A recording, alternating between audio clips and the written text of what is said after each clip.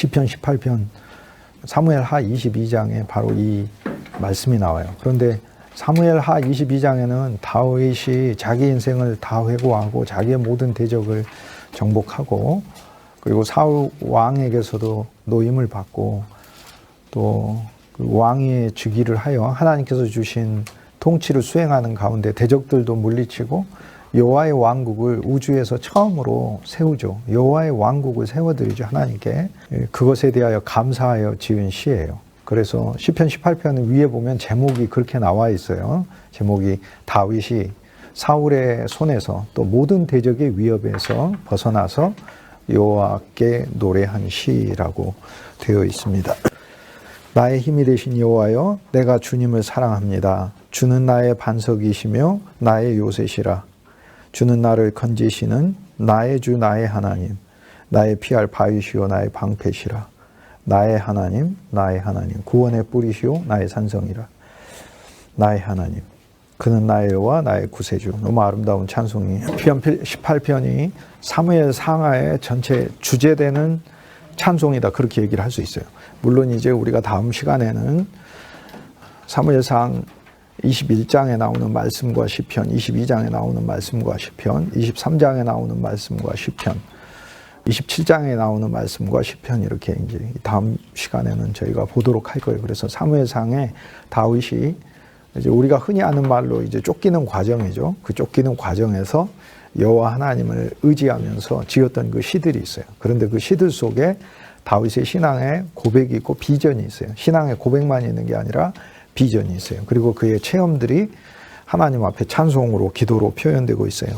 나의 힘이 되신 여호와여, 내가 주를 사랑하니. 근데 이 찬송은 다윗이 사실 그 인생의 모든 시기를 다 지나고 나서 하나님 앞에 부른 찬송이긴 하지만 그 다윗의 시들을 보면 평소에 이 언어가 늘 그 속에 있었어요. 여호와는 나의 힘이시고 내 방패시고 내 구원되시고 하는 그 언어는 시편에 늘 흐르잖아요. 그리스도를 향해서 고백했던 그 신앙의 중요한 항목들이 시편 18편에 총체적으로 그의 삶을 집약시켜서 이 말씀이 주어져 있어요. 우리는 이렇게 생각해요. 이 찬송을 부를 때 저는 아주 오랫동안 이 찬송을 부른 나의 힘이 되신 여호와여, 내가 주를 사랑하나이다. 그 여호와 하나님이 내가 힘들 때 나의 힘이 되신다라는 개념 아래서만 사실 생각을 했어요. 그런데 이 찬송이 제가 방금 여러분과 함께 강조점을 나누고 싶은 그 부분이 다윗의 전체 여정에 대한 전체 중심 주제 시편이라는 뜻이에요. 그렇다면 이것은 무엇을 이야기하냐면 여호와 하나님이 나의 험난한 피난길에 도움만이 되셨다라는 뜻이 아니라 그 나와 있는 항목 하나하나가 다윗이 여호와 하나님의 그 속성 속에 들어있는 모든 풍성한 실제를 누렸다는 것을 이야기를 합니다. 그리고 그게 전부가 되었다는 것을 이야기를 해요. 그러니까 말 그대로요. 우리는 세상에서 다른 힘을 얻을 수 있잖아요. 그런데 정말 다윗은 이 긴 과정을 통해서 여호와 하나님이 순간순간에도 내 힘이 되셨고 결국에 최종적으로 고백하는 게 여호와 하나님이 진짜 내 능력이시다라고 고백을 하고 있는 것이죠. 이 고백은 이제 다윗이 고백을 해서 이 말씀으로 주님께서 오늘 우리들의 삶을 인도하고 계시는 거죠. 오늘 우리들은 이제 다윗보다도 훨씬 이후에 살면서 시편이 주어져 있으니까, 그러니까 결국에 이 말씀을 주님이 우리에게 주시면서 우리의 여정을 인도하고 계신다는 거예요. 이 여정은 다윗이 20군데를 이제 거치게 되잖아요. 장소로 하면 한 17군데 되지만 같은 곳 또 가니까 10광야도 또 가고 그 다음에 뭐 시글락도 갔던 데를 또 가게 되고 이런 뭐 헤레스풀도 갔다가 또 오게 되고 요새 마사다도 갔다가 또 오게 되고, 그런데 20군데의 여정을 이제 저희가 살펴볼 건데 그 20군데의 여정을 다니면서 진짜 겪은 것은 여호와 하나님이 내 힘이라는 것을 다윗은 겪었고, 오늘 우리들에게 마치 우리가 인생을 살고 나서 우리 자녀들에게 뭐라고 얘기를 해줘요. 하나님이 진짜 함께 하시더라. 하나님이 우리의 도움이시더라. 라고 하는 그 모든 다윗 속에 살아있는 능력이신 하나님을 체험한 속 생명으로 이 말씀을 우리한테 주고 있는 거거든요. 그러니까 그 인생길을 걸어가는 우리에게 다윗이 이 말씀을 통해서 우리 주 예수 그리스도께서, 참 다윗이신 그리스도께서 내가 진짜 네 힘이다 라고 얘기를 하고 있는 거죠. 내가 진짜 힘이다. 모든 과정 속에 내가 힘이다라고 얘기를 해요.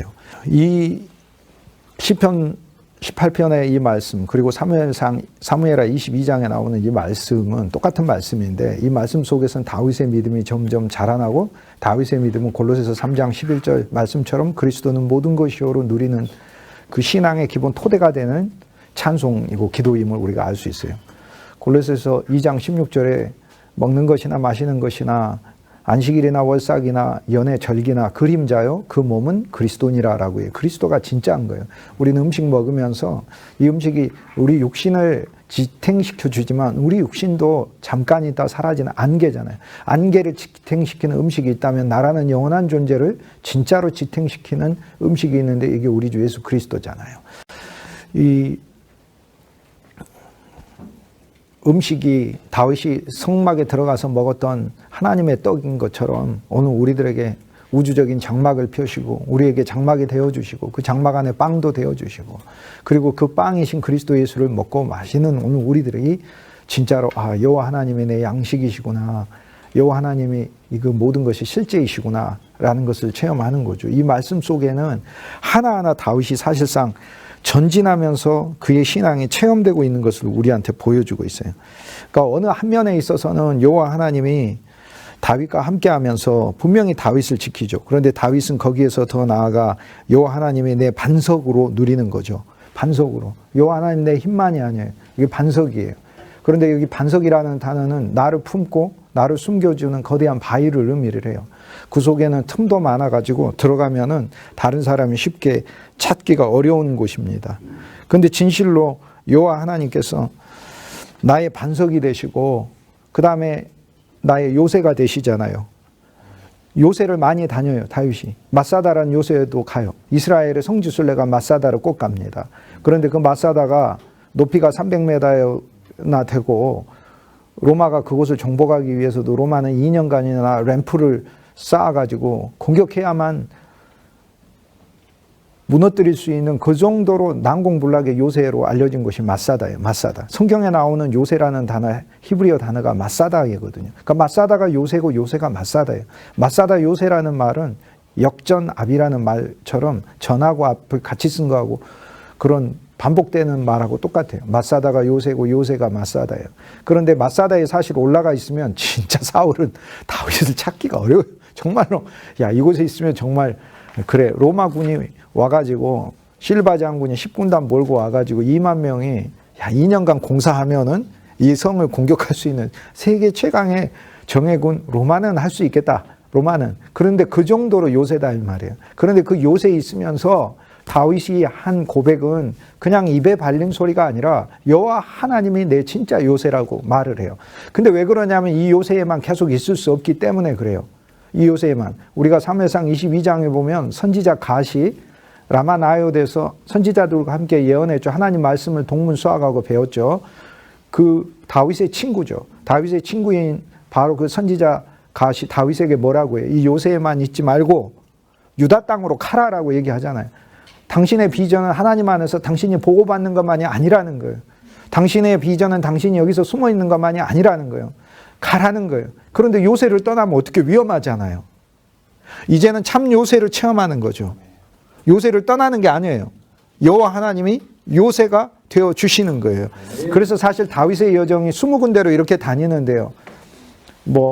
라마에서 하나님 말씀을 배우고 그다음 기브야에 와서 사울의 초하루 잔치에 가지 못하고 숨어가지고 사흘 동안 숨어서 거기에서 보고 있고 그 다음에는 노베 가가지고 빵을 먹고 칼을 가지고 가디에 내려가가지고 블레셋 왕 아기스와 함께 시간을 보내고 거기서 어찌 보면 참으로 비루한 그런 모습을 보이고 그리고는 아둘람 동굴에 오고 모압 미스바로 가고 계속해서 이어지는 이 20개의 그 다윗의 여정에서 다윗이 요새에 들어갔다 요새에 나왔다 광야에 들어갔다 광야에 나왔다 이렇게 얘기를 할 때 다윗이 요새에 들어가서는 요새에 안전해요. 하지만 요새에 나왔을 때는 다윗은 진짜 여호와 하나님을 요새로 누리고 있는 거예요. 그러니까 이 말씀 뭐냐면 20개의 다윗의 여정은 동시적으로 하나씩 더해져서 나간다는 것을 얘기를 하는 거예요. 아둘람 동굴에 갔잖아요. 처음에 라마에서부터 시작을 하자고요. 라마를 떠났잖아요. 라마를 떠났지만 선지자 갓이 함께하고 있어요. 라마는 같이 있는 거예요. 라마 나요시 계속 같이 있는 거예요. 아둘람 동굴에는 선지자 갓이 있어요. 선지자 갓은 다윗의 사역의 초기에서부터 다윗의 사역의 말기까지 계속 함께 있어요. 사무엘 하 24장에 보면 다윗이 인구 조사를 하잖아요. 인구 조사를 하면 안 되잖아요. 여호와 하나님의 자손 하늘의 별과 같이 많게 한다고 했는데 사람이 셀 수 있으면 안 되는 거죠. 그거는 하나님만이 셀 수 있는 거죠. 그런데 다윗이 세워보겠다고 하는 것 자체가 어떻게 보면은 불순종이고, 그 다음에 왕만이 자기의 백성을 셀 수 있는 거예요. 그런데 다윗은 지금까지 어떤 믿음으로 산 거예요? 영원한 왕은 누구예요? 영원한 왕은 우리 주 예수 그리스도고 여호와 하나님이시잖아요. 영광의 왕이 들어가신다. 영원한 문들아 고개를 들지어다라고 얘기를 했으니 참 왕은 그리스도시고 우리 여호와 하나님이라고 수도 없이 고백을 했으면서 자기가 왜 인구조사를 해? 인구조사는 여호와 하나님이 왕이셔서 왕이 천하로 호적가라 할 때만 할 수 있는 거지. 인구조사라는 거 왕이 내 백성이라는 것을 계수하는 것 아니야. 하나씩 점호하는 거 아니야. 내 백성이 얼마나 되느냐. 그 다윗의 마음이 여호와 하나님의 백성으로 생각을 하고 여호와 하나님의 대리왕으로 생각을 하고 있다가 어느새 사울의 사위니까 사울의 성품이 묻어나온 것을 알 수가 있는 거죠. 그때 선지자 갓이 이야기를 하잖아요. 왕이 어찌하여 인구조사를 실시하셨습니까? 여호와 하나님의 아브라함을 통한 약속은 영원히 서 있는 것을 모릅니까? 내 자손이 하늘의 별과 같으리라. 그런데 왕이 이를 어찌 셀 수 있단 말입니까? 세려고 한다는 것 자체가, 이미 왕이 왕으로서 세려고 한다는 것 자체가 왕이 이 백성을 왕의 백성으로, 왕 자신의 소유의 백성으로 생각하는 거 아닙니까? 라고 얘기를 하죠. 생애 말기까지 선지자 갓이 함께 오잖아요. 그런데 그 선지자 갓이 뭐라고 이야기하죠? 여호와 하나님께서 왕을 심판하신다고 이야기하며 세 가지 벌 중에 하나를 고르라고 해요. 3년간 기근이 오든지 3년간 질병이 들든지 3년간 전쟁이 오든지. 무슨 얘기냐면은 굶어 죽을래요? 병들어 죽을래요? 아니면은 적의 칼에 엎드려 죽을래요? 이렇게 얘기를 했어요. 여러분이라면 어떻게 죽는 걸 선택하시겠어요? 굶어 죽는 걸 선택하시겠어? 병들어 죽는 걸 선택하시겠어? 아니면 전쟁으로 쫓겨다니면서 그렇게 있다가 죽는 걸 선택하시겠어요? 그 뭘 선택을 해요? 선택을 어떻게 해요? 그때 선지자 갓이 뭐라고 얘기해요? 오르난의 타작마당에 가서, 아라우나의 타작마당에 가서, 이제 이 타작마당은 우리가 사무엘상 23장에 보면 그일라 사람들이 타작마당에서 타작을 하다가 블레셋에서 공격을 받잖아요. 그 타작마당의 영적인 의미는 이제 아마 다음 주에 훨씬 더 깊게 들어가게 될 거예요. 우리는 성경 속에 있는 그 비밀로 계속해서 또 들어가고 그렇게 돼 있는 거예요. 그것은 그리스도 예수의 풍성 안으로 들어가는 것이잖아요. 그런데 오르난의 타작마당에 가서 제사를 드리래요. 그러면 여호와 하나님께서 죄를 사하실 거래요. 그 오르난의 타작마당이 어디야? 그게 예루살렘 성전이 세워지잖아요. 솔로몬이 모든 성전의 건축 재료들은 도로 사람 히람을 통해 가지고 건축 기술자 감독자로 삼아서 모든 재료들을 직접 수입해 오고 하나님께로부터 받은 지혜를 가지고 나름 자율적으로 성전의 모든 부분을 공사를 직접적으로 지휘해서 완성시킵니다. 그런데 그 땅은요, 그 후보지는 여호와 하나님이 정하셨어요. 여호와 하나님이. 그것은 실로도 아니고 세겜도 아니고 베델도 아니고 헤브론도 아니고 브엘세바도 아니에요. 이스라엘에 어마어마하게 좋은 장소들 많은데, 근데 하나님 예루살렘이라고 하셨어요. 그럼 예루살렘에서 어디냐? 예루살렘에서 어디냐 했더니 아라우나의 타작마당 위에, 거기에 예루살렘 성전을 세우라고 말씀하신 거예요. 다윗이 여호와 하나님께 제사를 드린 곳이죠. 그런데 아라우나의 타작마당은 어떤 곳이에요? 모리아산 아니에요. 아브라함이 이삭을 바친 곳 아니에요. 아브라함이 이삭을 바친 그 자리에 1000년이 지나 하나님은 그곳에 성전을 세우라 했고, 또다시 1000년이 지나 우리 주 예수 그리스도는 바로 그 앞에서 사형 언도를 받으셨어요. 그리고 십자가를 지시고 바로 그 옆에서 죽으셨어요. 그리고 그분 자체가 성전이셨고, 새로운 성전이 허물어졌고, 부활 생명 아래 새로운 성전이 세워지셨던 거예요.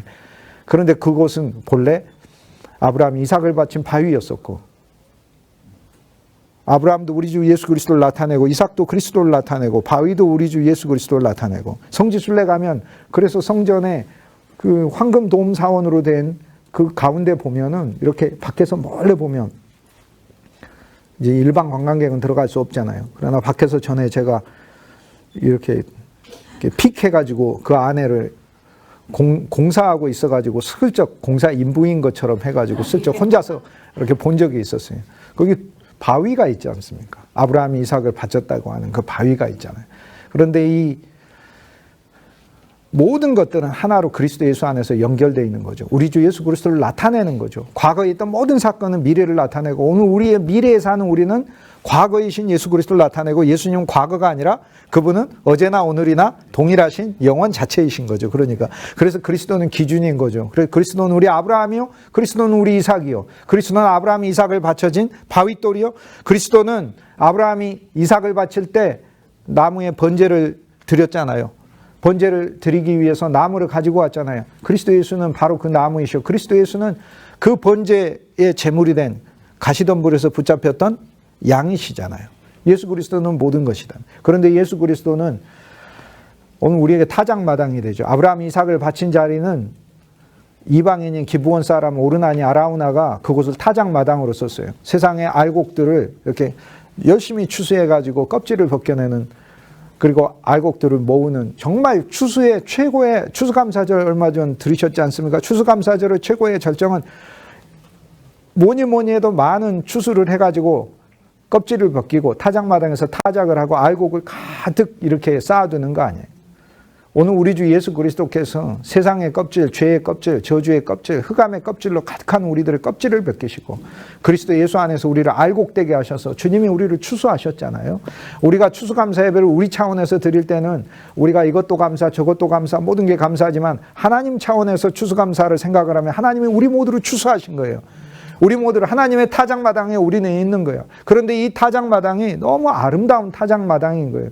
이 타작마당이, 성경에 처음으로 타작마당이 등장하는 건 창세기 50장에 요셉이 야곱의 시신을 가지고 약속의 땅에 와서 장사 지내기 위해서 건너오는데, 건너오자마자 그곳에 타작마당이 있어서, 요단강을 건너 타작마당이 있어서 그곳을 아닷이라고 불렀더라. 타작마당이란 뜻이에요. 아닷, 타작마당이라고 불렀더라. 그곳이 요단강을 건너서 그리스도 예수를 요단강으로 삼아 예수님을 믿어서 우린 건너버린 사람이에요. 그래서 우리는 사실 껍질이 벗겨져 있는 사람이고 껍질에 주목하지 않는 사람이에요. 이 세상의 모든 보이는 것들이 껍질이잖아요. 명예든 타이틀이든 신분이든 직분이든 껍질이잖아요. 잠깐 있다가 사라지는 거잖아요. 그러나 영원한 직분과 영원한 직임이 오늘 우리들에게 있는데 그건 주 예수 그리스도의 일이잖아요. 또 주 예수 그리스도의 가족이 되고 예수의 생명을 가진 것이 우리가 알고 우리 본질을 가진 것이잖아요. 우리 겉사람조차도 껍질이잖아요. 진짜 타작마당은 우리가 겉사람을 벗고 우리의 속사람이 참 알곡이요 우리 주 예수 그리스도요. 우리 속생명을 취하는 것이, 그것이 바로 주님 안에서의 진정한 타작마당을 체험하는 거잖아요. 룻기 3장은 얼마나 아름다워요. 룻이 보아스에 가서 사랑을 고백하잖아요. 사랑은 강제할 수 없어. 그러므로 누구든지 하나님을 사랑한다고 먼저 고백하셔야 된다니까요. 하나님께 우리가 물론 기도는 해요. 주여, 주 예수여, 나로 주님을 더 사모하게 하소서, 사랑하게 하소서라고 기도는 하지만, 그렇지만 우리는 의지적으로라도 주님을 사랑한다고 고백을 해야 돼요. 우리는 믿음으로 내가 주님을 사랑한다고 고백을 해야 되죠. 우리가 불렀던 찬송처럼 주님을 사랑하며, 룻기 3장에서 룻이 보아스에게 사랑한다고 하는 그 장소가 어디예요? 타작마당이잖아요. 풍성한 추수를 해놓고 거기에서 그 알곡들을 보며 너무도 기분이 좋아서 보아스가 그 알곡을 붙들고 이렇게 잠을 자고 있을 때, 그때 룻이 다가가서 그의 양말을 벗기고 신발을 벗기고 그의 속살을 만지며 사랑을 고백하잖아요. 나의 인생의 책임자가 되어 주십시오라고 얘기를 하잖아요. 이 어마어마한 말씀인데, 그런데 그 말씀은 그리스도 예수와 우리의 관계를 나타내는 말씀 아니에요? 예수님이 우리를 타작하셔서 우리를 알곡으로 삼으시고 우리를 그분의 우주적인 품 안에 우리를 품으시고 주무시니 얼마나 기쁘시겠어요. 그런데 주님이 오늘 우리들에게 말씀하시는 권면이 뭐예요? 너희들 그냥 알곡이 너희의 역할이기는 하지만 너희는 알곡으로만 있는 게 아니라 그리스도의 신부가 너희들의 영원한 궁극적인 정체성이고, 나는 너희가 나에게 사랑으로 다가오기를 원한다라고 주님 말씀하시는 거죠. 오늘 우리들은 보아스의 품에 이렇게 안겨진 알곡들이지만 바로 그 자리에 룻으로서 나아가서 그 보아스를 신랑으로 맞이하라고 주님이 우리한테 말씀하고 계시잖아요. 다윗이 이야기하는 여호와는 나의 힘이시오, 여호와는 나의 반석이시오, 여호와는 나의 실제이시오. 반석은 그 속에 들어가면 찾을 수가 없는 것을 가리켜요. 그 속에 들어가면 찾을 수가 없어. 만세 반석이 열렸어, 우리한테. 만세대 반석이 열렸다고. 5년짜리 반석이 열린 것도 아니고 여러분 인생이 60년이고 70년이고 100년이면 100년짜리 반석이 여러분한테 열린 게 아니라 영원한 1만 세대의 반석이 열렸다고요. 그 반석이 열렸는데 어떻게 열렸어? 십자가에서 창에 허리를 받으셔서 옆이 열리셔서 만세 반석이 열린 거잖아요. 그래서 우리가 그 안으로 들어가죠. 만세 반석이 열렸어요. 물과 피를 흘리니 내게 효염되어서 정결하게 하시잖아요. 그 안으로 내가 들어가는 거 아니에요. 영원한 세대 모든 사람이 다 숨고도 남을 영원한 반석이 열렸잖아요. 어마어마한 반석이 열렸잖아요. 우주적인 반석이 열렸잖아요. 얼마나 감사한 거예요. 다윗은 실제 바위들 틈에서 숨어요. 모압 미스베도 바위 위에 있어가지고요. 거기에서도 숨고, 마사다도 큰 바위 위에 있어가지고 요새고 거기에 숨고, 뭐 10광야라든지 마온 광야라든지, 그런데 광야 다 바위 투성이고 돌 투성이에요. 그런데 거기에 있으면서 이것이 진짜 내 은신처가 아니라 여호와 하나님이 내 은신처다라는 믿음으로 그 하나하나의 그리스도의 항목을 수고해 갔다 이 말이에요. 하나하나 그리스도의 항목을 체험해 갔다 이거예요. 하나님이 나와 여러분을 인생의 20곡에 같이 이 20개의 과정들을 다 거치실 때 우리 뭘 거둬요? 한숨에, 눈물에, 한탄에, 원망에, 비통함에, 원통함에 하나하나씩 수고해가는 게 옛사람 아담이고, 다윗은 뭘 수고해 갔어요? 여호와 하나님, 이곳에서 내 힘이시구나. 여호와 하나님이 이곳에서는 내 판석이시구나. 여호와 하나님이 이곳에서는 내 요새시구나. 여호와 하나님은 나의 하나님이시구나. 여호와 하나님은 나의 피할 바위이시구나. 반석하고 피할 바위도 달라요. 반석은 내가 그 속에 들어가면 찾을 수 없는 것이고요. 피할 바위라는 이야기는 사실상 아주 크고 높은 곳에 있어가지고 내가 그 사실 위에 서 있어도 피하는 것을 의미하는, 피해서 없어져 버린다는 뜻이 아니라 그 위에 든든하게 서 있는 거, 도저히 잡을 수가 없어. 도저히 올라갈 수가 없어. 그 거대한 바위 위에. 거기 올라오려고 하는 사람은 자기 자신의 목숨을 걸어야 돼. 나 주기 위해서 목숨을 걸어야 돼. 내가 피할 바위야. 나는 그 바위 위에 서 있는 거야. 아무도 나를 해치지 못하는 정말 든든한 바위인 거예요. 반석은 내가 그 안에 들어가서 숨는 돌인 것이고, 피할 바위는 나를 든든히 받쳐주는 바위인데 이런 조그만 바위가 아니라 한마디로 야, 세상에 저렇게 큰 바위가 있나? 그리고 저렇게 높은 바위가 있나? 라는 그 바위예요. 여호와 하나님이 내게 그런 분이고, 이 여호와 하나님이 이 땅에 육신을 가지고 2000년 전에 오셨고 지금 이 순간에는 영원한 생명이 되셔서 내 안에 계시잖아요. 그리고 이 일들을 우리가 인생의 20곡에 같이 이곳으로 저곳으로 수없이 하나님이 우리를 이동시키실 때, 그 이동시키는 과정도 다윗이 피눈물 나는 과정 아니에요? 아니, 기름 부음을 받았잖아. 기름 부음을 받았는데 그럼 바로 다음 주에 왕이 될 줄 알았는데 그게 아니라 10년을 쫓기면서 20군데 이상의, 말 그대로 20곡에네. 인생의 20곡에. 그런데 무엇을 거두었어? 옛사람 안에서 이곳에서 사역하며 원통함을 거두고, 저곳에서 사역하며 사람과의 갈등을 거두고, 저곳에서 사역하면서 원망을 거두고, 이렇게 거두는 게 아니라, 그래서 시편 18편은 다윗이 무엇을 거두었는지를 우리한테 알려준다고요. 이곳에서 여호와의 힘을 거두었고, 이곳에서는 여호와가 내 반석이라는 걸 거두었고, 이곳에서는 여호와가 내 요새라는 걸 거두었고, 이곳에서는 여호와가 나의 구원이시라는 걸 거두었고, 나의 하나님이라는 것을 거두었어요. 나의 하나님, 나의 하나님. 아니, 여러분의 하나님이죠. 물론 내가 전파하는 건 여러분의 하나님. 그렇지만 여러분의 하나님이 여러분의 하나님만 되고 나의 하나님이 아니라면 내가 뭐하러 내가 여기서 이 얘기를 하고 있어요. 그냥 안 믿어버리고 말지. 나의 하나님이 아니시라면, 나의 하나님이시라면, 하나님이 진짜 말씀해주고 하는 싶은 것은 뭐예요? 너의 하나님이다. 너의 하나님이다. 넌 누구의 하나님으로 믿느냐? 우리 기도할 때 만유의 하나님, 너무 아름다운 말이에요.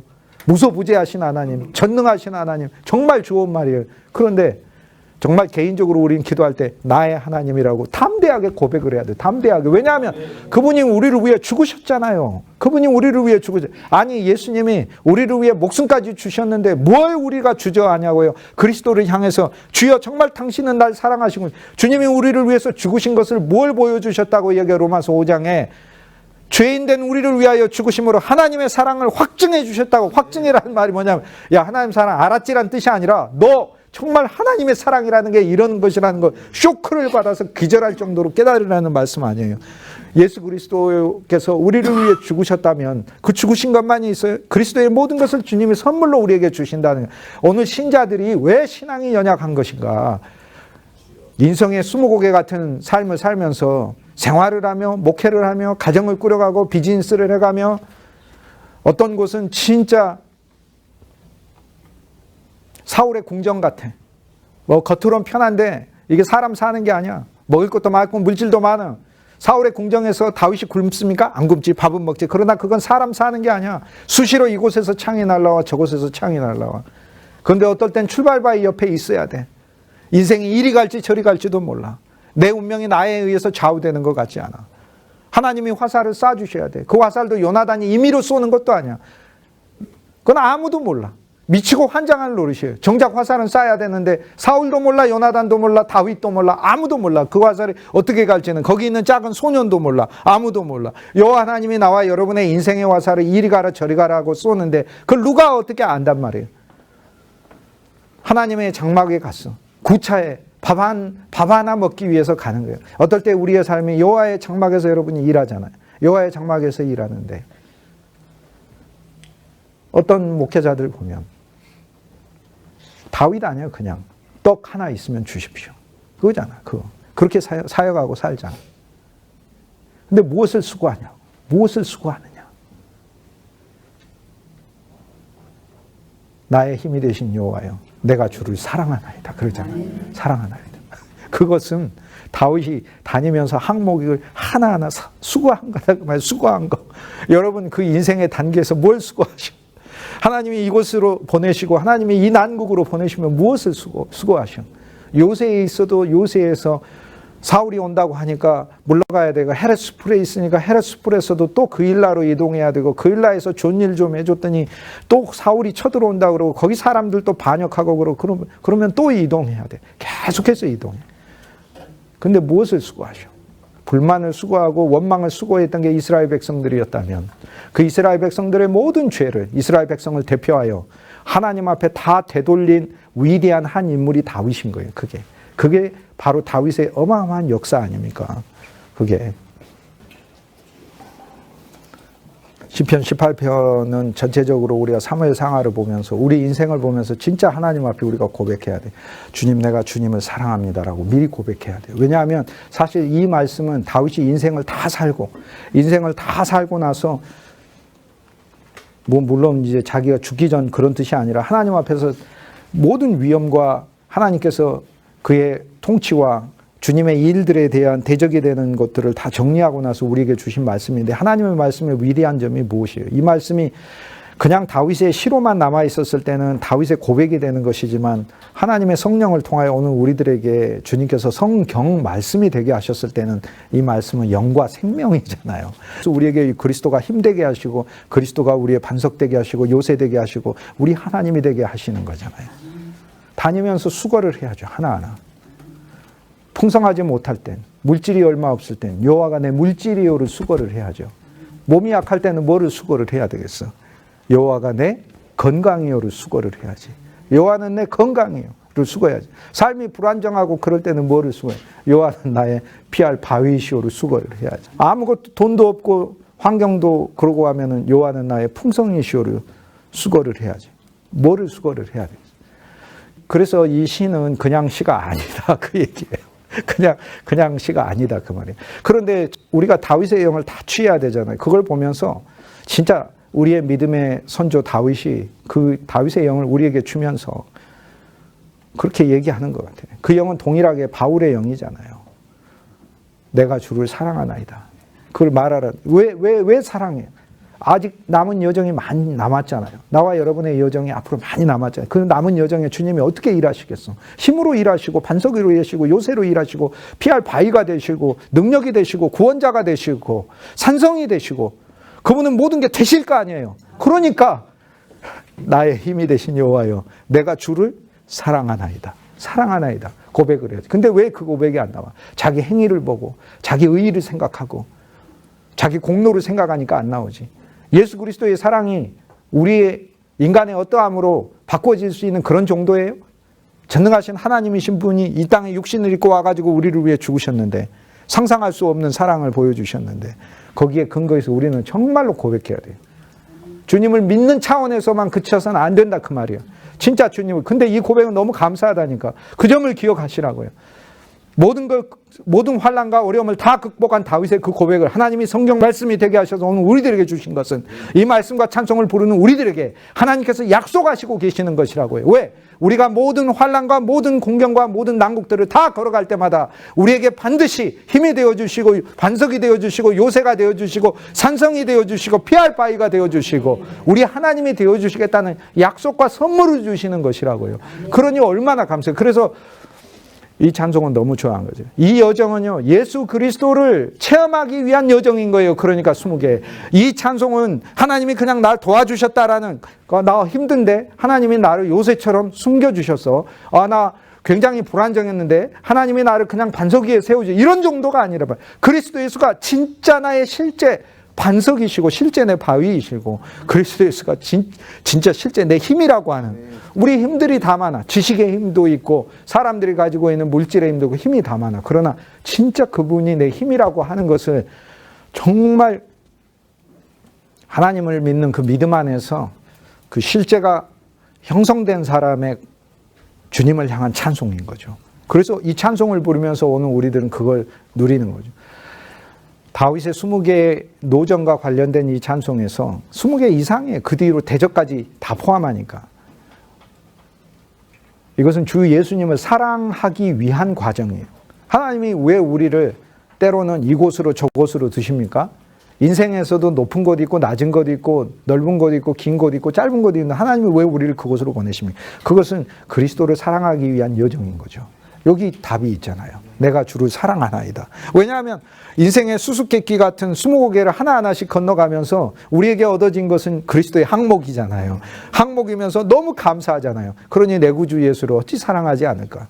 그런데 우리는 먼저 믿음을 적용해야 되겠죠. 앞으로 남아있는 우리 인생의 과정에서도 그분이 선하신 하나님이 정말 선하게 역사하실 것이라는 믿음을 진짜 우리한테 적용하고, 이 찬송을 정말 담대하게 우리가 고백해야 되겠죠. 나의 힘이 되신 여호와여, 내가 주를 사랑하나이다. 얼마나 감사해요. 그리고 이 시편 18편은요, 괴로움과 환난에 처한 우리를 보호해달라는 식으로 우리가 부르기 쉬운데 그게 아니에요. 20개의 여정은 무엇에 대한 여정이에요? 새 예루살렘을 짓기 위한 여정이에요. 하나님의 왕국을 건설하기 위한 여정이에요. 하나님의 왕국을 건설하기 위해서 주님은 우리를 힘으로 역사하셔서 우리를 세우시고 우리의 반석이 되시고 요새가 되시고 우리 피할 바위가 되시고 우리 하나님이 되신다는 거예요. 우리 산성이 되시고 새 예루살렘을 위한 것이죠. 더 쉬운 말로 할까요? 여러분이 하나님의 길을 걸어가는 모든 환난 가운데 주님께서 해답이 되시고 해결이 되시고 능력이 되시고 이 모든 풍성한 항목을 주시기 위해서, 오늘 우리의 인생의 목적을 이루기 위해서 하나님이 이 말씀을 우리에게 딱 세워두셨다, 그 얘기예요. 그래서 우리는 이 말씀을 볼 때마다 나의 힘이 되신 연약할 때 힘주는 그런 차원만이 아니라, 이 힘은 어떤 힘이에요? 내가 반드시 세상에 태어나서 나라는 인생을 통해서 하나님이 성취하고자 하시는 그분의 목적, 목표, 그것을 이루게 부족함이 없는 힘을 주시는 것을 말을 하는 것이고 그 과정에서 내가 주님의 뜻을 이루는 그 과정 속에서 반드시 그분이 내 보호가 되시고 내 든든한 안정된 근거가 되신다는 것을 말씀해 주고 있잖아요. 이게 얼마나 엄청나고 아름다운 말씀입니까? 주 예수를 더욱 의지하고 수많은 환경에서 믿음이 더 자라나가고 환경을 통해서 그리스도에 대한 항목을 하나하나 수거해가는 것이죠. 밟는 모든 땅의 새 예루살렘의 비전을 위한 것이에요. 그래서 이 시편은 그리스도의 길을 걷는 가운데 성도가 하나님 앞에서 그 풍성을 믿음 안에 미리 고백하고 선포할 수 있는 말씀인 것이죠. 우리가 이제 모형과 실제라는 것을 한번 생각을 해야 되는데, 여기 장난감 모형이 있다고, 자동차 모형이 있다고 해볼게요. 그럼 자동차 모형이 있고 여기 진짜 자동차가 있어. 예를 들어서 이제 5살짜리가 아버지 나 자동차 사줘. 그러면은 이제 대부분 자동차 마트에 가가지고 봐둔 그거를 얘기를 하겠죠. 장난감을 얘기하는 거겠죠. 근데 20살짜리가 가가지고 아버지 저 혹시 차 한 대 이렇게 사는데 도와줄 수 있으세요? 이렇게 하면은 아버지가 그럼 생각을 해보시겠죠. 그런데 이제 마트에 가가지고 장난감 사가지고 여기다 넣자다 이렇게 할 건 없잖아요. 이게 모형하고 실제를 제가 의미를 우리가 생각하게 보기 위해서 그래요. 그런데 구약은 한 면의 모형이에요. 분명히 모형이 맞아요. 모형인데 구약에 신비가 있어요. 구약은 모형이며 실제의 부분이에요. 무슨 말이냐면 아브라함은 분명히 그리스도의 모형이에요. 그런데 아브라함은 그리스도의 한 부분이에요. 왜냐하면 그리스도의 확장이니까. 자, 모세가 출애굽을 했어요. 출애굽은 예수 그리스도의 우주적 출애굽의 모형이에요. 모형인데 그 부분이에요. 진짜 주님이 일으키신 그 우주적 출애굽의 부분이에요. 부분이라고. 그러니까 실제라고요. 그러니까 출애굽도 실제고 그 모세의 출애굽도 실제인데 실제의 부분이에요. 이게 구약의 신비인 거예요. 그래서 부분이며 모형이고 실제이다 라는 게 구약의 말씀들이 오늘 우리들에게 그러한 성격으로 서 있다는 것을 우리로 하여금 깨우치는 것입니다. 이것은 그들이 단지 모형만 보여주기 위해서 살았다는 것이 아니라는 거예요. 주님께서 그들의 삶을 우리를 통해서 완성되는 그 실제이신 하나님의 영광의 최종적인 새 예루살렘, 우리 모두가 하나님의 왕국에 다 하나님의 일꾼들이 되어서 가정에서도 하나님의 일꾼이요. 가정에서도 우리를 통해서 믿음을 얻어야지 누구를 통해서 믿음을 얻겠어요? 딴 사람 통해서 믿음 좋은 사람 찾지를 말고 여러분이 믿음의 사람이 되어야 될 거 아니에요. 우리가 이미 이 문제는 사무엘상 시작하면서 1장에서 이미 끝났지 않습니까? 한나의 믿음을 취하면서 누구를 통해서 믿음을 보겠어요? 누구를 통해서? 나와 여러분의 믿음을 통해서 사람들이 그리스도를 볼 수 있어야 될 정도로 우리의 믿음은 더 전진해야 되지 않겠습니까? 구약의 말씀들은 그리스도 예수의 부분이 들어있는 것이다 라는 것을 저희들이 알 수 있죠. 22장, 사무엘상 22장에 지난 시간에 첫 부분 잠깐 했었는데 사무엘상 22장은 세 부분으로 나눠져 있어요.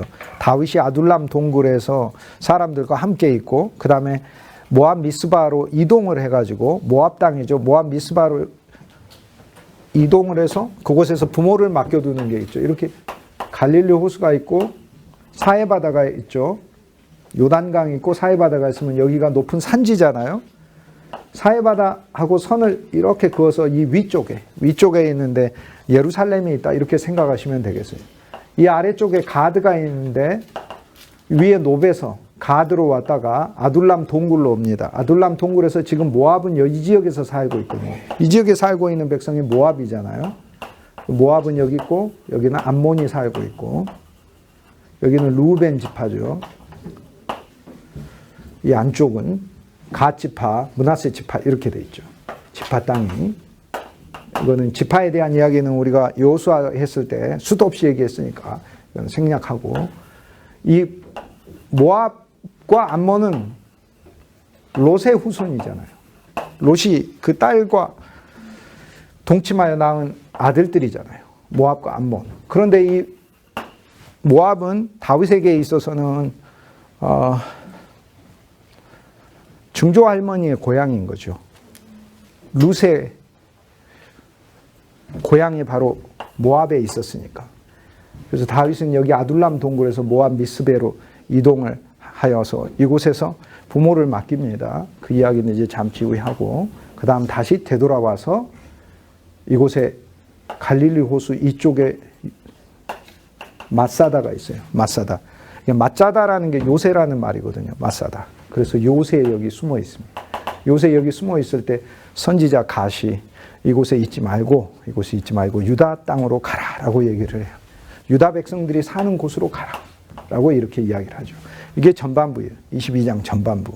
다윗의 여정의 전반부예요. 앞으로 일어날 그 여정의 20개의 여정 중에 일부인 것이에요.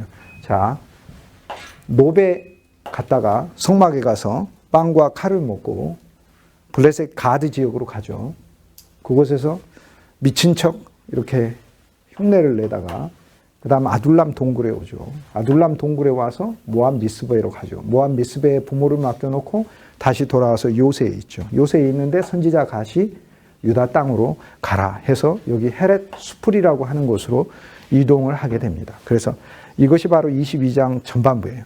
이 영적인 의미는 이제 잠시 후에 살피고 22장 중반부는 뭐냐면 사울이 요새에 숨어 있거나 아니면은 요한은 나의 피할 바위시오. 그러니까 어디 바위 틈에 숨어 있고 실종이 돼서 소재를 알 수 없었던 다윗이 나타났다라는 이야기를 듣고, 그리고 나서는 이제 다윗의 소재에 대해서 왜 알려주는 사람이 없느냐, 다윗이 어디로 이동했는지 그에 대해서 왜 내 신하들이 아무도 알려주지 않느냐. 그러니까 그곳에서 도액이라는 사람이 사울에게 다윗을 성막에서, 노베 성막에서 보았다고 이야기를 하게 되죠. 이제 그 사건을 통해서 두 번째 단락은 아히멜렉 대제사장 그 가문과 함께한 제사장 85명이 죽임을 당하는 이야기가 22장 중반에 있는 이야기입니다. 그 다음 세 번째 단락은 살아난 아히멜렉의 아들 아비아달이 다윗에게 찾아와서 다윗과 함께 그곳에서 하나님의 사역에 대한 비전을 새로 갖게 되는 것이죠. 그래서 22장에 보면은 최종적으로는 다윗 왕이죠. 그리고 선지자 갓이 있죠. 그리고 또 한 사람은 아비아달이라고 하는 대제사장이 합류함으로써 선지자, 왕, 제사장이라고 하는 예수 그리스도를 나타내는 이 세 직임이 한 자리에 보입니다. 그래서 그리스도 예수의 사역이 어떠한 것인가를, 사나 죽으나 우리는 주의 것이로다는데 구약을 보면 사나 죽으나 주 예수님을 나타내기 위해서 살고 있는 것 같아요. 이 셋이 모였다라는 이야기가 뭐예요? 우리가 믿음 안에서 여호와는 나의 힘이시오, 나의 요새시오, 나의 반석이시오, 내가 주를 사랑하나이다라는 이 고백 속에서 나아가면 그리스도가 새 직임으로 누려지는 거예요. 내 삶을 통치하시고 왕으로 통치하시고 내 그리스도 예수가 나의 대제사장이 되셔서 나를 거룩한 장막으로 인도하시고 하늘의 신령한 복을 내게 부으시고 그리스도가 나에게 선지자가 되어서 내게 말씀으로 깨우치게 하시고 내 나아갈 바를 알게 하시고 하는 것을 이야기를 해요. 그 선지자의 좋은 면들은 하나님 말씀을 통해 내 삶을 밝히는 것이고 그리스도의 본질을 알게 하는 것이죠. 이것이 바로 22장의 줄거리다, 이렇게 이야기할 수 있습니다. 22장에서 아둘람 동굴에 네 종류의 사람이 모이지 않습니까? 그런데 다윗이 아둘람으로 오기까지 노베 성막을 거쳐서 그곳에서 빵을 먹었고 그곳에서 칼을 받아가지고 가드를 거쳐서 오게 됐죠. 그런데 아둘람 동굴에는 네 종류의 사람이 있잖아요. 다윗의 가족들이 있고 그 다음 환난당한 자가 있고 빚진 자가 있고 원통한 자가 있는데, 원통한 자라는 거 혼이 상한 자, 자아가 상한 자라는 거예요. 이 네 종류의 사람들이 있는데 기본적인 가장 변치 않는 어떤 관계의 본질은 다윗의 형제들이에요. 우리는 이 말씀 속에서 우리는 어느 한 면에 뒷부분에 있는 세 종류의 사람, 우리는 환난당했고 우리는 빚져 있고 우리는 마음이, 자아가 상해 있어요. 우리 자아가 성공하지도 못했고 성취되지도 못했고 자아가 살아서 이 땅에 오는 동안 수도 없이 가족들에 의해서, 부모에 의해서, 자녀에 의해서, 친구에 의해서, 환경에 의해서 수많은 경우에 우리의 자아가 손상받았어요. 그러니까 마음이 원통한 거죠. 한이 많은 삶이다, 그 말이에요. 그런데 그런 자들이 그리스도의 아둘람 동굴에 모이잖아요. 이 말씀을 통해서 우리는 무엇을 알 수 있냐면 그 앞장에는 도액도 있었고 아기스도 있었고 사울도 있었고 이런 인물들이 있었잖아요. 그런데 그리스도와 함께 다윗이 우리 주 예수 그리스도를 나타내니까 그분과 함께 새 예루살렘을 짓는 길에 가장 기본적으로 오늘 우리들에게 필요한 인식은 주님의 가족이에요, 우리가. 그 다음에 우리가 삼중으로 그리스도 예수를 더 필요한 자라는 것을 깨닫는 것이다, 그 말이에요. 우리는 진짜 환난 당했기 때문에 환난을 당했잖아요. 그렇기 때문에 우리는 구주를, 우리를 건져주시는 분으로 만나야 되고 우리는 빚진 자잖아요. 다윗도 빚을 얼마나 많이 졌습니까? 요나단한테 사랑의 빚을 줬죠. 빚은 여러 종류가 있어요. 사랑의 빚이 있고 돈의 빚이 있고 그래요. 그런데 돈의 빚 빚진 자도 주님께 와야 돼요. 아니 예수님이 해결해 줘야지 어떻게 하겠어요? 사람이 해결 못하는 것이 있어요. 그럼 그리스도가 해결해 주셔야죠. 왜냐하면 주님과 우리는 그런 관계니까 그래요. 건강도 우리가 책임져 줄 수 있고 우리가 어느 정도 유지해 갈 수 있는 건강의 수준이 있고 그런데 내 차원을 뛰어넘은 거면 주님이 책임져 주셔야지 뭐 어떻게 하겠어요. 그러니까 주님께 와야 하는 것이지. 모든 일들 가운데 주님께서 오늘 우리들이 어떤 사람으로 주님 앞에 와야 되는가, 그 앞장만 하더라도 그리스도 예수에 대하여 자기가 정상이고 예수 믿는 게 비정상이라고 생각을 하고 있는데 그런 게 아니라 우리는 아둘람 동굴에서 주님, 저는 정말 이 세상은 환난이었습니다. 그러나 그리스도 안이 기쁨입니다. 이 마음으로 오는 사람이고 세상의 빚진 자고 사랑의 빚진 자로 온 사람들이잖아요. 보니까 온갖 종류의 빚을 다 진 사람이에요. 죄의 빚도 졌어, 하나님 앞에. 그래서 우리가 주기도문에 우리가 우리에게 빚진 자를 탕감해 주는 것이다라고 얘기를 하잖아요. 우리는 하나님께도 빚 졌고 사람들에게도 빚 졌고 사람들에게도 잘못했고 그 다음에 사랑의 빚도 졌어. 인생 살아오면서 너무 많은 사랑만 받았어. 이제는 앞으로 사랑해 주며 살아야 하는데 온갖 종류의 원통한 자들 앞을 거치면서 오늘 우리들의 신분은 우리는 블레셋 왕에서 블레셋 왕으로 우리가 주님을 대할 때는 그리스도를 그 정도밖에 못 만나죠. 그러나 그게 아니라 우리 자신의 본질을 깨달았을 때 주여 그렇습니다. 나는 내가 내 인생의 왕인 줄 알고 살았는데 실제로 주님 나는 원통한 사람이었고 나는 빚진 사람이었고 나는 심히 내 마음이 상한 사람이었습니다. 내가 활동하고 일하는 것에 대하여 사람들이 마땅한 인정과 존경을 해주고 따라주지 않을 때 내가 받는 마음의 상처는 얼마나 큰지 그는 누구에게 가야 돼? 여기에 아둘람 동굴 다윗에게 가라 라고 얘기하잖아요. 너무나 항목이 너무나 아름답고 좋아요. 아둘람이래, 의의 백성이래. 그리스도의 의의 백성, 그리스도로 옷 입고 그리스도의 의의 백성이 되라고 그러잖아요. 그리스도의 의를 힘입어라.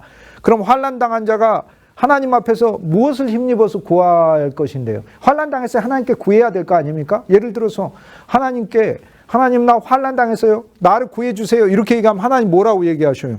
내가 왜 널 구해야 되나 이렇게 얘기하잖아요. 제가 예를 들어서 길거리 막 걸어가는데 어떤 사람이 저한테 오더니 빨리 10만 원 주세요. 이렇게 하면 내가 왜 10만 원을 줘야 되는데 이렇게 물을 거 아니에요. 아니 10만 원 왜 달라고. 아니 달라는 게 10,000원만 주세요. 그러면 돈이 없어가지고 달라고 하는 이렇게 알지만 나를 붙잡고 갑자기 돈 100만 원만 주세요. 이렇게 얘기를 하면 모르는 사람이 내가 왜 줘야 되는데 이렇게 되겠죠. 근데 뭘 근거로 하나님 앞에 떳떳하게 구출해달라고 그럴 건데. 그러니까 결국에 죄인이 환난을 당했을 때 하나님 앞에 구하는 것은요, 진짜 부끄럽게 구할 수밖에 없어요. 그렇잖아요. 우리가 무언가 친구에게 잘했어. 그러면 사실 내가 뭔가 도움이 필요할 때도 친구한테 떳떳하게 말할 수 있어요. 친구, 이번에는 내가 자네 도움 좀 받아야 되겠네. 근데 내가 그 친구하고 사이도 안 좋고 평소에 내가 그 친구에게 잘하지도 못했고 그래. 근데 전화 걸어서 맨날 아신소리만 하면 당연히 얘는 말이야 나를 이용만 하려고 하나 보다 이렇게 생각할 거 아닙니까? 하나님도 마찬가지지. 네가 도대체 나한테 야, 너 뻔뻔하다? 이렇게 얘기할 거 아니에요. 환난은 네가 스스로 자초해가지고 겪은 게 많잖아. 근데 왜 내가 너를 환난에서 구해줘야 돼? 왜 구해줘야 돼? 의의 동굴이잖아. 그리스도의 의. 의가 뭐예요? 옳고 바름, 떳떳함 아니에요. 그 떳떳하게 하나님께 구하라고. 그리스도의 의를 힘입었으니. 예수의 의는 예수의 피를 통해서 온 거잖아요. 예수의 피가 나한테 우리가 뭐가 됐어? 하나님의 자녀가 됐다고 그러죠. 한 형제예요. 그리스도와 한 형제요 자매가 되었으니 아둘람 동굴에서 원통한 자가 떳떳하게 하나님께 말할 수 있는 것이고 이제는 그동안 죄에 빚지고 환경에 빚지고 사랑에 빚졌던 자가 이제는 사랑의 빚을 꾸어줄 수 있는 자로 하나님께서 우리를 바꾸시는 거고 자아가 상했던 자 상하고 말고 어디서 그리스도의 십자가에서 죽었는데 우리가 자아를 살리기 위해서 우리는 사는 사람들이 아니에요. 우리 안에 참 자아는 우리 주 예수 그리스도예요. 내가 그리스도 예수와 함께 십자가에 못 박혔나니 그런즉 이제 내가 산 것 아니에요. 정말 주님 앞에 우리가 그리스도가 우리 안에 살아계시고 그분이 영광 받으시는 것에 대하여 가장 큰 기쁨을 누리는 삶으로 우리가 생활할 수 있도록 그렇게 우리 자신을 주님 앞에 늘 내어놔야 되겠죠. 어떨 때는 우리가 무시당하기도 하고 그래요. 무시당하기도 하고 그러지만 그래서 자아가 상했다고 생각하고 살면 안 되는 거죠. 이미 우리는 사무엘상 17장 하면서 골리앗의 언어를 끝냈잖아요. 네가 나를 개로 보고 이 말 안 하기로 했잖아요. 그거를 나를 뭘로 보고 이거 안 하기로 했잖아요. 그냥 나를 잘 봤네 이렇게 하면 돼. 그렇게 생각하면 되는 거예요. 나를 잘 봤네. 나는 그런 존재야. 그러나 나한테 어디가 있어? 나 아둘람 동굴이죠. 아둘람 의의 백성이죠. 이 의는 무슨 의예요? 자기 의가 아니고 그리스도의 의잖아요. 그리스도의 의를 가지고 그리스도의 의는 사는 거예요. 사람만 가지면은 부끄럽죠. 사람만 가지고 이야기하면 내가 한평생 살아오면서 내가 믿음을 얼마나 대단하게 행사하고 살았다고 가끔 설교할 때 제일 세상에서 어이없다는 생각도 하기도 그래요. 매주 하나님이 설교를 시키고 막 그러도 근데 난 매주 어이없다고 생각해요. 사람의 의로 이야기하자면 내가 왜 설교를 해야 되는데. 그런데 내가 전해야 될 바는 사람의 의가 아니더라고요. 그리스도의 의인 것이지. 예수 그리스도의 의의 백성인 거죠. 그 암이 또 우리가 봐야 될 비전이 혼자가 아니에요. 굴이에요. 굴이잖아요. 거기에 아둘람 굴에 이 어마어마한 400명이나 되는 사람들이 나중에는 600명으로 늘어나게 됩니다. 그런데 여기 있는 사람들 의의 백성이잖아요. 이제는 혼자서 신앙생활하고 나 혼자 예수 잘 믿고 안 믿고 하는 그런 차원이 아니라 진짜 그리스도의 새로운 예루살렘에 대한 비전을 가지시라. 주님은 나와 여러분을 통해서 그리스도의 왕국을 짓고 싶어 하신다니까요. 그 왕국은 백성이 혼자 있는 게 왕국이 아니라니까요. 진짜 여러분을 통하여 여러분의 가족과 구원을 건지시기를 원하시고 그리스도의 풍성을 전달하기를 원하시고 만나는 모든 사람들에게 예수 그리스도 안에서의 놀라운 구원의 섭리와 은혜를 증거하기를 주님은 원하시고 그 목적을 위해서 우리 인생을 정하셨잖아요. 그러니까 아둘람이에요. 혼자 의로운 게 아니고 거기에서 공동체인 거예요. 굴로 인도하셔서 굴은요 한 면에서 참 좋아요. 우리 일생 동안 아둘람 동굴이어야 돼요. 예를 들어 아까 제가 그 말씀했잖아요. 주는 나의 요새시요 주는 나의 피할 바위시고 반석이시잖아요. 그런데 주는 반석이고 요새고 피할 바위시고 그래요. 산성이고 그래요. 그런데 다윗이 요새에 있다가 이곳이 요새야. 마사다가 요새야. 그 높은 곳에 있다가 아무도 나를 잡지 못해 하고 나왔어요. 나왔으면 다윗이 나는 요새를 피했구나라고 생각합니까? 언제나 참 요새이신 그리스도 예수 안에 있는 것이지. 아둘람은 거치는 과정이기도 하지만은 아둘람은 반드시 소유해야 되는 장소인 거예요. 우리는 이 모든 것을 소유할 때 다 기쁜 거예요. 아벨이 끝나고 에녹이 있고 에녹이 끝나고 노아가 있고 하는 게 아니라 우리는 그리스도를 위해 아벨처럼 죽어가는 존재고 우리는 그리스도를 위해 에녹처럼 매일 사는 존재이고 죽음이 없는 자이고 한 면에서 매일 죽고 한 면에서 매일 살고 우리는 노아처럼 그리스도 예수를 위해 우리의 모든 것을 그리스도의 집을 짓기 위해서 배를 짓기 위해서 사람들을 태우기 위한 배를 짓기 위해서 사는 인생이다. 이 모든 것은 우리가 수고해 가서 너무나 풍성이 많은 항목들이지 끝나는 항목이 아니에요. 일생 동안 아둘람 굴이어야 돼요. 굴이라는 의미가 뭐예요? 굴이라는 의미가 달리 생각하면은 진짜 굴에서 사시겠어요? 물질적으로 이렇게 생각을 하면 그런 개념에서 생각을 하자면 어떤 현세적 관점에서 생각을 하자면 하나님은 이 말씀도 하셔요. 아둘람 굴이 있다. 그런데 아둘람 굴은 다윗의 영원한 처소가 아니다. 다윗의 왕궁이 있어요. 그리고 다윗의 왕궁도 영원한 처소가 아니고 하나님의 왕궁이죠. 하지만 세상적으로만 이야기하면 다윗은 나중에 다윗의 왕궁에 가서 살아요. 이전에도 사울의 왕궁에 있었어요. 기브아에서 작았지만 그곳에 있었다고요. 근데 지금은 굴이야. 우리의 삶이 점점 물질적으로 나아질 줄 알았는데 그게 아니에요. 그런데 이 세상적으로 보면 하나님 아둘람 굴에서 우리를 전진시키셔요. 다윗을 전진시키듯이 점점 다윗의 궁에 가서 살아요. 그런데 영적인 면에서는요, 우리는 절대 아둘람 굴에서 벗어나면 안 돼요. 영원히 아둘람 굴에 우리는 있어야 해요. 그리스도 안에서 더 좁아지는 곳이 아둘람 굴이에요. 세상에 안 보이는 곳이 아둘람 굴이에요. 세상에 안 보이면 안 보일수록 더 좋아요. 그곳에서는 더 친밀해지는 것이에요. 우리의 교회가 친밀함이 없는 건 굴이 아니어서 그래요. 너무 넓어서 그래요. 그냥 볼 것도 많고 그래요. 어느 한면에서 우리들의 교회는 아둘람 굴이어야 돼요. 자기 의가 아니라 그리스도의 의를 힘입고 환난 당한 자리라는 걸 서로 알고 사랑에 빚진 자라는 것을 알고 서로 자아가 상해 있으니 자아가 상한 사람들끼리 조금이라도 인정 더 받으려고 자기 자랑대에 열리는 교회가 아니라 그리스도 예수가 우리 소망이요. 그리스도 예수가 우리 생명이니 주님을 추구하는 방식으로 생활하고 사는 거죠. 섬김을 받으러 오신 게 아니라 섬기러 오셨다고 했으니 그냥 섬기는 마음이고 그리고 섬기는 리더가 아니라고 제가 히브리서에서 말씀드렸잖아요. 예수님 섬기는 리더가 아니에요. 그런 단어는 사실 성경에 엄밀히 보면 없어요. 예수님은 노예고 예수님은 대제사장이에요. 그게 히브리서 9장에서 말씀하고 있는 바예요. 섬기는 사장이 아니고요. 직위가 두 개라고 해요. 오전은 사장하시고 오후는 수의하신다고요. 그게 예수님이라고요. 예수님은 노예고 예수님은 대제사장이에요. 예수님 대제사장이면서 가끔 섬겨야지 이러시는 그런 서번트 리더십 그게 아니라고요. 예수님은 서번트이에요. 예수님은 서번트 하면서 리딩 하지를 않아요. 예수님이 리딩 하실 땐 대제사장으로 리딩. 근데 이 두 개의 직책이 그리스도에게 온전하게 있어요. 그래서 예수님은 섬기면서 나는 원래 높은 사람인데 너 섬기는 거야 이렇게 말씀하시지 않으셔요. 그분은 진짜 우리의 노예가 되셔서 우리를 섬기시는 거예요. 우리는 섬길 때 그냥 노예로 섬기는 거예요. 난 높은데 낮아졌다라고 섬기는 게 아닌 거예요. 오늘 아둘람 동굴이라는 것은 오늘 우리들에게 주는 주님의 메시지가 정말로 많아요. 나와 여러분이 하는 그 사역지는 정말로 아둘람 동굴이 돼야 돼요. 다윗도 사실 환난을 당하고 다윗도 빚져 있고 다윗도 혼이 상해 있잖아요. 다윗도 자기 사위이고 그런데 대접도 제대로 받지도 못하고 기름 부음 받았는데 하나님께서 자기 앞에 펼치시는 길은 전혀 그런 길이 아닌 것 같아요. 여러분 신비한 하나님의 종이 나타나서 하늘에 전능하신 하나님의 그 능력의 기름으로 여러분의 머리를 발라주고 여러분의 길이 주님께서 함께 하시는 길이라고 이렇게 그런 음성 아래서 우리 길을 출발을 했는데 그 길이 20군데나 이리저리 다녀야 된다는 생각을 하면 이게 진짜 기름 부음이 맞는 길인가라고 생각하죠. 그런데요. 그 과정을 거치는 동안 다윗이 수고한 항목이 얼마나 많아요? 예수 그리스도의 수고한 항목은 20개가 넘어요. 너무 풍성합니다. 너무 풍성합니다. 헤레스풀에 가가지고 그일라에 가가지고 거둔 항목은 너무나 풍성합니다. 주님만 의지하게 됩니다. 그곳에 가서는 야 주님은 나의 의지시라. 그거를 보게 됩니다. 다 보게 되는 거죠. 아둘람 굴이기 때문에 세상 보지 않고 그리스도만 보게 하는 거고요. 주님의 의를 힘쓰는 거고 백성이기 때문에 혼자의 신앙생활이 아니라 단체를 위한 비전을 늘 가져야 돼요. 이게 주님이 원하시는 거예요. 나와 여러분을 통해서 하나님께서 반드시 다른 사람들을 섬기고 이끌기를 원하시는 거예요. 나와 여러분의 신앙은 그 목적을 위해서 주님께서 두신 것이죠.